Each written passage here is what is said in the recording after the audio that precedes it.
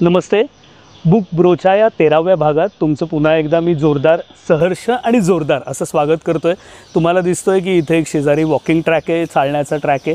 इथे अशी मागी सगळी व्यायामाची आयुध आहेत. त्यामुळे तुम्हाला कळलं असेल की हे फिटनेस संदर्भात काहीतरी हे आपल्या या नव्या भागात पुस्तक आहे आणि तसंच आहे ते. आणि ते खूप छान आहे, पण फक्त व्यायामाचं नाही आहे ते. प्राचार्य रेखा दिवेकर हे नाव तुम्हाला कदाचित माहीत असेल. त्या खूप प्रख्यात वक्त्या आहेत. प्राध्यापिका मुळात त्या बायोकेमिस्ट्रीच्या होत्या साठे कॉलेजमध्ये अनेक वर्ष. आणि त्यांनी स्वयंपाकघरातील रसायनशास्त्र याच्यावर खूप खरं तर लिहिलं आहे, बोललं आहे. त्या ॲक्टिव्ह आहेत सोशल मीडियावर. तुम्ही त्यांच्या कदाचित पोस्टही बघत असाल. त्यांची कन्या म्हणजे रुजुता दिवेकर ही तर तुम्हाला नक्की परिचित असणार डायटिशियन म्हणून. पण मी तिच्या मातोश्रींचं, तिच्या आईंचं म्हणजे प्राध्यापिका रेखा दिवेकर यांचं एक सुंदर पुस्तक आत्ता नवं वाचलं, ताजंच आहे ते पुस्तक. आणि त्याचं नाव आहे आरोग्य संवाद. इथे तुम्हाला मी दाखवतो. हे एक मस्त पुस्तक आहे. त्यावर त्यांचा फार छान फोटो आहे, प्रसन्न असा. आणि खूप त्या आहेत त्यापेक्षा खूप तरुण दिसतात, म्हणजे आपल्याला कॉम्प्लेक्स देऊ शकतात अशा यात दिसतात. तुम्हाला इथे दिसतील. आणि या रेखा दिवेकर मॅडमचं हे जे आरोग्य संवाद पुस्तक आहे याच्यावर आज आपला हा बुक ब्रोचा एपिसोड आहे. मी डॉक्टर आशुतोष जावडेकर सगळ्यांचं इथे सहर्ष स्वागत करतो. बघत राहा, बोलूया आणि थोडंसं शिकूया फिटनेसच्या नव्या टिप्स, डाएटच्या टिप्स, एक्सरसाइजच्या टिप्स आरोग्य संवाद या पुस्तकातून. या पुस्तकामध्ये अनेक प्रकरणं आहेत. मुळात रेखा दिवेकर यांची अनेक ठिकाणी व्याख्यानं झाली होती. जसं भारती विद्यापीठ आर्किटेक्चर पुण्याचं आहे तिथे झालेलं. पोलिसांसाठी त्यांनी एक व्याख्यान दिलेलं, किंवा अजून त्यांनी व्याख्यानं दिली होती बऱ्याच ठिकाणी. डॉक्टर्ससाठी त्यांनी दिली होती. त्यांनी गर्भारपणात काय काळजी घ्यावी याच्यासाठी एक स्पेशल व्याख्यान दिलं होतं. अशा सगळ्या व्याख्यानांचं हे एकत्रीकरण आहे. आणि त्या कार्यक्रमाच्या शेवटी जो संवाद झाला प्रेक्षकांचा आणि वक्त्याचा, तर त्या अर्थाने हे शीर्षक खूप अन्वर्थक आहे की आरोग्य संवाद आहे. कारण रेखा मॅडमना विचारलेले प्रश्न आणि त्यांनी दिलेली उत्तरं ही सगळी याच्यात आहेत.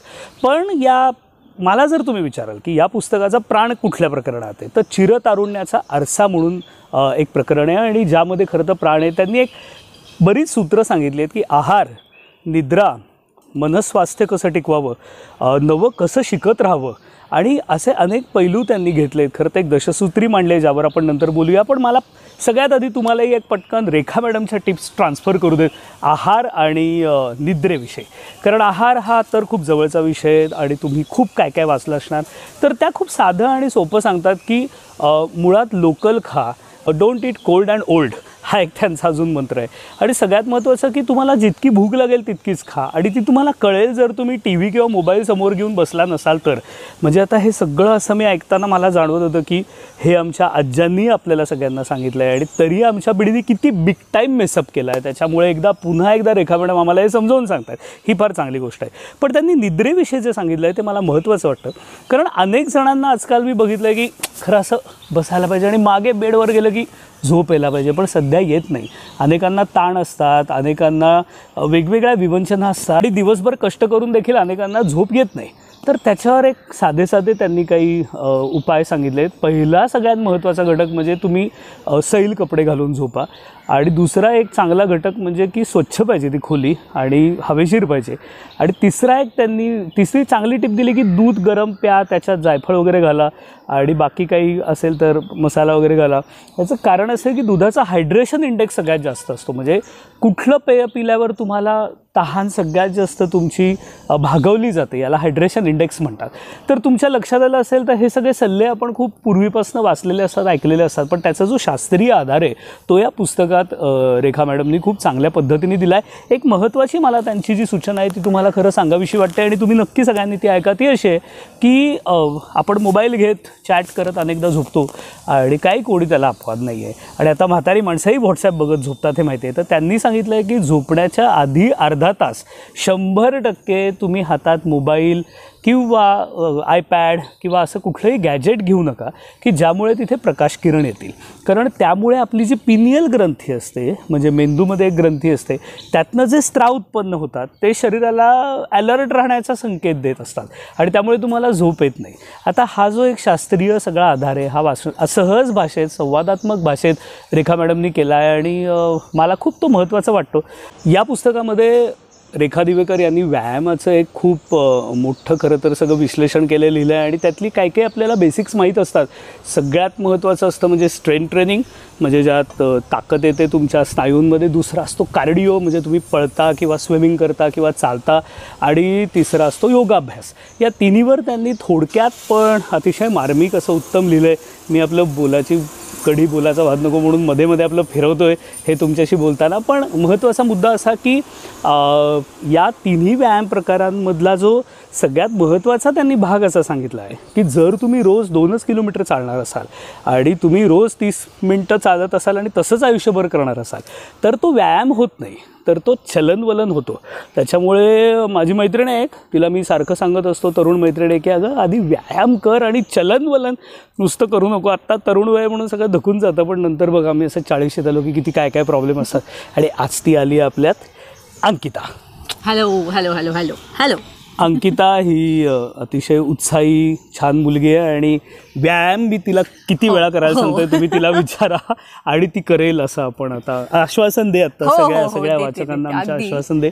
आणि खरोखर अंकिता असं मला वाटतं ना की व्यायाम ही इतकी महत्त्वाची गोष्ट असते की स्ट्रेंथ ट्रेनिंग म्हणजे लोकांना असं वाटतं की आपण फक्त अर्धा तास पळालो की झालं, किंवा काहींना वाटलं की फक्त जिममध्ये आपण मसल्स केले आणि उचललं की झालं. असं नाही होत.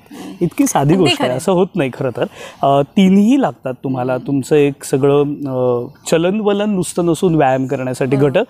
शरीराला मसल्सला ताकद लागते, हृदयाची चांगली ताकद कार्डिओत असते आणि सगळ्यात महत्त्वाचं म्हणजे योगाभ्यास हा तर खूप डेप्थ आहे. तू केलेस कधी योगासनं वगैरे? मी क्वचित केले, खूप नाही केले. हो, मला आईने खूप सवय लावायचा प्रयत्न केला की रोज अगं उठून काहीतरी किमान प्राणायाम तरी कर, पण ते काही माझ्याच्याने होत नाही. त्यामुळे मी आता आपण सगळे निश्चय करूया, आपण सगळे निश्चय करूया की आपण योगासनं देखील रोज थोडी तरी करायला हवीत.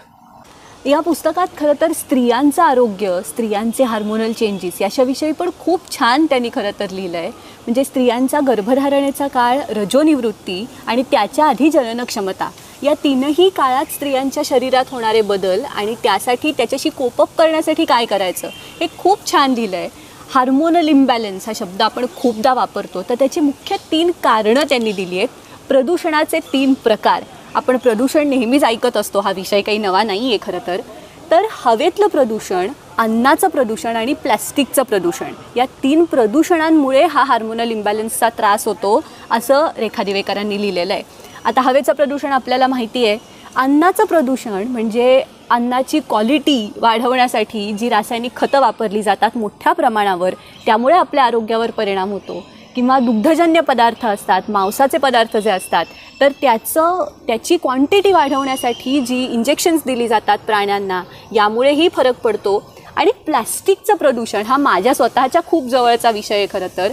माझी आई प्रचंड या बाबतीत कीन असते की प्लॅस्टिकच्या कपांमधनं नाही प्लॅस्टिकच्या बाटल्या कमीत कमी वापरा.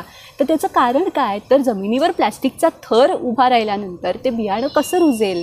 त्यामुळे प्लॅस्टिकच्या बाटल्यांमधून, प्लॅस्टिकच्या कप्समधून पाणी अजिबात पिऊ नका. तांबं आहे, पितळ आहे, हे आपले पारंपरिक खरं तर आलेले धातू आहेत ज्यांच्यातून पाणी प्यायल्यानं आपल्याला खूप छान आरोग्याचे बेनिफिट्स मिळतात. हे आपल्याला सांगितलंही गेलं आहे, पण आपण त्याच्याकडे थोडंसं दुर्लक्ष करतो. आणि मला वाटतं इथे आपण आत्ता आहोत, चारी बाजूंना हिरवळ आहे, म्हणजे प्रदूषणातला सुद्धा खरं तर नाही आहे. आणि तिथे हा विषय बोलणं हे अगदी मस्त आहे आणि फार धरून आहे आपल्या सगळ्या आजूबाजूच्या वातावरणाला. पारंपरिक ज्ञानाचा जो शास्त्रीय मूलाधार आहे तो रेखा दिवेकर मॅडम किती उत्तम तऱ्हेने सांगतात. ते मी एक सहज उदाहरण म्हणून सांगतो. तूप हे खायचं का नाही असं खूप वेळा असतं. म्हणजे काही काही लोक म्हणतात तुपाशिवाय आम्हाला काही चालणारच नाही आणि खूपच जास्त तूप घेतात. आणि काही काही जणं म्हणतात की तूप बाबा हा आम्हाला अजिबात चालणार नाही, तूप आमच्या डाएटमध्ये बसत नाही वगैरे वगैरे. तर रेखा दिवेकर त्यांच्या पुस्तकात म्हणतात की जेवणात तुपाचा समावेश आवर्जून करा. आणि त्याचं कारण सांगतात की तुपामध्ये एक जादुई रसायन आहे HCFA, म्हणजे शॉर्ट चेन फॅटी ॲसिड, ज्याची किमया अशी आहे की शरीरात साचून राहिलेल्या फॅटचं ते ज्वलन करतं. नंतर तूप दाखवी रूप ही म्हणच आहे, म्हणजे तूप जो खातो त्याचं सौंदर्यवर्धन असतं. तुपातल्या वातीप्रमाणेच पाठीचा कडाई ताठ राहतो, याचाच अर्थ शरीर मजबूत राहतं. आणि वरण, भात, चपाती, भाकरी या पदार्थांवर जेव्हा आपण तूप घालून खातो तेव्हा त्याचा ग्लायसेमिक इंडेक्स कमी होतो आणि रक्तातली साखर पटकन वाढत नाही. सगळ्यात महत्त्वाचं म्हणजे हा मुद्दा सगळ्यांनी नीट ऐका. आपला मेंदू 60% फॅट सेल्सचा बनला आहे आणि म्हणून आपली बुद्धी तल्लख राहण्यासाठी तुपाची गरज आहे. तूप व्हिटॅमिन डीच्या शोषणासाठी देखील आवश्यक आहे.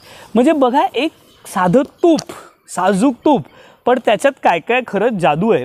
तर मला असं नेहमी वाटतं की हे जे सगळं विजडम आहे त्याच्यात ना 2 टोकं मला कधीतरी वाटतात.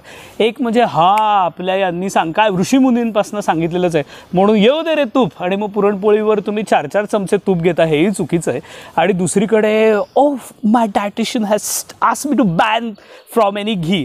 तर अरे ते बटर जे असतं ते क्लॅरिफाईड बटर असतं आणि साजूक तूप असतं ते वेगळं असतं, त्याचं केमिस्ट्रीच त्याची वेगळी आहे. तेच इथे त्या मॅडम सांगतायत. त्यामुळे मला असं वाटतं की एखादा चमचा तुपाचा खायला हरकत नाही. सो माझी ॲडिशनल यावर टिप्पणी अशी आहे की मात्रा ही औषधाची फार महत्त्वाची असते, तशी खाण्यातही मात्रा महत्त्वाची असते. आणि अर्थातच या सगळ्याचं नियमन करणारा अजून सगळ्यात महत्त्वाचा घटक म्हणजे व्यायाम. पण मला वाटतं तो आता करावाच सरळ, कारण नाही तर काही खरं नाही.